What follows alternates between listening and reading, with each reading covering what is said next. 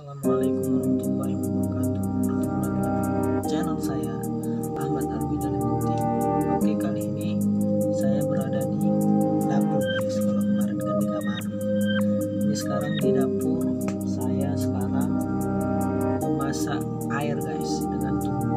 Terus alat-alatnya kayu guys, ranting-ranting kayu. Terus saya masukkan ke bawah tungku tersebut. Saya masukkan, terus saya bakar dengan korek api guys. Terus selang menunggu sampai airnya mendidih. Selang menunggu air tersebut masak guys. Oke guys, jangan lupa like and subscribe. Tunggu, no skip ya guys.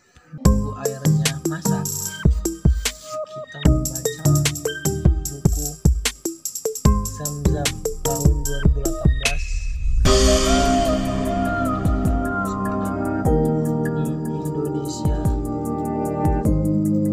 Ini ada bacanya, dibagikan cuma-cuma, tidak dijual kan. Baca hidayat, apakah hidayatul hajj? Yang pertama, apakah hidayatul hajj itu? Hidayatul hajj yang pertama merupakan lembaga sosial yang berusaha untuk menggapai ridho Allah. Yang kedua, lembaga ini berada di bawah bimbingan Imam Masjidil Haram dan orang-orang yang ahli di berbagai bidang. Yang ketiga, lembaga ini terdaftar secara resmi di Departemen Tenaga Kerja dan Pembangunan Sosial. Yang keempat, lembaga ini khusus untuk melayani jamaah haji, umroh, dan para perjarah. Yang kelima, lembaga ini melayani 9 juta orang setiap tahun. Yang keenam, lembaga ini menyajikan 27 juta pelayanan setiap tahun. Yang ketujuh, lembaga ini memperbarui program-program dan produk-produk unggulan untuk memudahkan pelaksanaan ibadah. Yang ke-8, lembaga ini memiliki kredibilitas yang tinggi di instansi-instansi pemerintah terkait. Yang ke-9, lembaga ini menyajikan lebih 46 macam pelayanan kepada peziarah. Yang ke-10, lembaga ini mengubah donasi Anda menjadi layanan spesial secara cuma-cuma. Yuk kita lanjut baca ya guys ya. Ini gambar Ka'bah guys. Nah, Ka'bah di sini sekelilingnya para jamaah haji, ribuan para jamaah haji. Tahu nih. Di samping-sampingnya gedung-gedung tinggi. Kita lanjut baca ya. Daftar isi pelita 1, kunci-kunci rezeki syahadatain, hakikat ibadah. Pelita 2, meraih cinta Allah. Ada apa dengan sihir? Pedoman beragama Imam Syafi'i. Pelita 3, agar amal diterima, kecintaan terhadap Nabi SAW. Mau sholat khusyuk. Pelita 4, sahabat yang mulia, makarimul akhlak, ada berdoa. Pelita 5, dampak buruk maksiat, taubat nasuha, amalan pengguguran dosa. Pelita 6, ukhuwah sejati, kehormatan darah mereka yang terlaknat. Kita baca ya. Pelita 1 tadi kunci-kunci rizki, syahadatain, hakikat ibadah. Oke ya, maksudnya kunci-kunci rizki telah ditulis guys. Maka jangan ada yang ragu akan itu.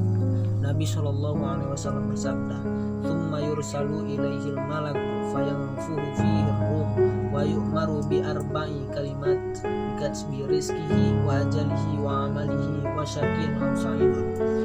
Yang artinya, kemudian diutus kepadanya malaikat untuk meniupkan ruh padanya dan diperintahkan untuk menulis 4 hal, yaitu menulis rizkinya, ajalnya, amalnya, dan celaka atau bahagianya. Rawahu Bukhari dan Muslim.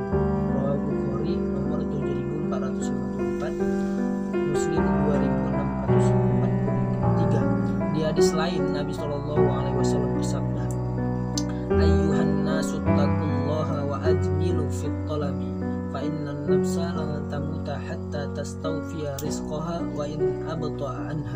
Wahai manusia, bertakwalah kepada Allah dan perbaguslah cara mencari rizki, karena sesungguhnya jiwa manapun rezekinya, walau terkadang lambat datangnya. Ibnu Majah nomor 7454. Sahih.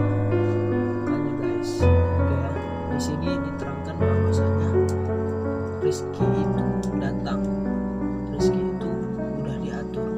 Allah udah mengatur rezeki kepada setiap orang, kepada setiap hambanya, walau terkadang rezeki itu datangnya lambat. Ya, jika rezeki setiap makhluk telah Allah jamin, maka tidak ada yang perlu dibimbangkan, maka tidak ada yang perlu dibimbangkan. Yang sudah menjadi jatahnya tidak akan meleset. Walau demikian, kita tidak boleh pasrah dan berpangku tangan. Terbukti jelas di ujung hadis tersebut, Nabi SAW bersabda, tetap menyuruh kita berusaha mencari sebab yang halal. Fattaqullaha wa ajmilu fit talabi, kudu mahalla wa da'u ma haruma. Maka bertakwalah kepada Allah dan perbaguslah cara mencari rezeki. Ambillah yang halal dan tinggalkanlah yang haram. Ambillah yang halal dan tinggalkan yang haram. Dikisahkan bahwa Umar bin Khattab radhiyallahu anhu pernah melewati seseorang yang berdiam diri di masjid menghabiskan waktu berdoa. Ya Allah, berilah aku rezeki. Lalu Umar berkata, kalian telah mengetahui bahwasanya langit tidak menurunkan emas dan perak. Langit tidak menurunkan emas dan perak, tetapi langit menurunkan hujan. Kita lanjut ke halaman selanjutnya. Kunci-kunci rizki. Datangnya rizki tidak terpaku kepada besar kecilnya usaha, meskipun usaha tersebut termasuk sebab datangnya rizki. Tidak terpaku kepada besar kecilnya usaha, tetapi rizki itu termasuk sebab datangnya rezeki, tetapi usaha itu sebab datangnya rezeki. Betapa banyak mereka yang banting tulang siang malam bisnis sana sini, tapi rugi malah rugi. Oleh karenanya perlu kita mengetahui kunci-kunci untuk mencari rezeki. Di antaranya kunci rezeki itu yang perlu kita ketahui ada 10 guys kalau di sini ya. Yang pertama iman dan takwa, yang kedua amal soleh, yang ketiga fokus beribadah, yang keempat istiqomah tegar dalam ketaatan, yang kelima tawakal, yang keenam bersyukur, yang ketujuh silaturahim, yang kedelapan istighfar dan taubat, yang kesembilan mengasihi dan membantu sesama, yang kesepuluh doa. Di sini dijelaskan, hadis ataupun ayat-ayat Al-Quran. Oke, kita baca ya. Yang pertama iman dan takwa. Allah berfirman, walau anna ahlal qura amanu wattaqau lafatahna alaihim barakatim minas sama. Jikalau sekiranya penduduk negeri-negeri beriman dan bertakwa, pastilah kami akan melimpahkan kepada mereka berkah dari langit dan bumi. Surah Al-A'raf ayat 96. Dan Allah juga berfirman, wa may yattaqillaha yaj'al lahu makhraja wa yarzuquhu min haitsu la yahtasib. Barang siapa yang bertakwa kepada Allah, niscaya dia akan mengadakan jalan keluar baginya dan memberinya rezeki dari arah yang tidak disangka-sangka. Surah At-Tolak ayat 2-3. Yang nomor 4 istiqomah tegar dalam ketaatan. Allah berfirman, wa allaw istaqamu ala thariqati la asqainahum ma'an ghadaqa. Dan bahwasanya jikalau mereka tetap istiqomah di atas jalan itu atau agama Islam, benar-benar kami akan memberi minum kepada mereka air yang segar atau rezeki yang banyak. Surah Al-Jin ayat 16. Yang kelima tawakal, yaitu berusaha kemudian murni menyerahkan hasilnya kepada Allah Azza wa Jalla. Allah Azza wa Jalla berfirman, wa may yatawakkal 'ala Allahi fahuwa hasbuh. Ini sambungan dari ayat yang tadi guys. Nomor berapa tadi? Siapa yang bertawakal kepada Allah, niscaya dia akan mencukupkan keperluannya. Surah At-Talaq ayat 3.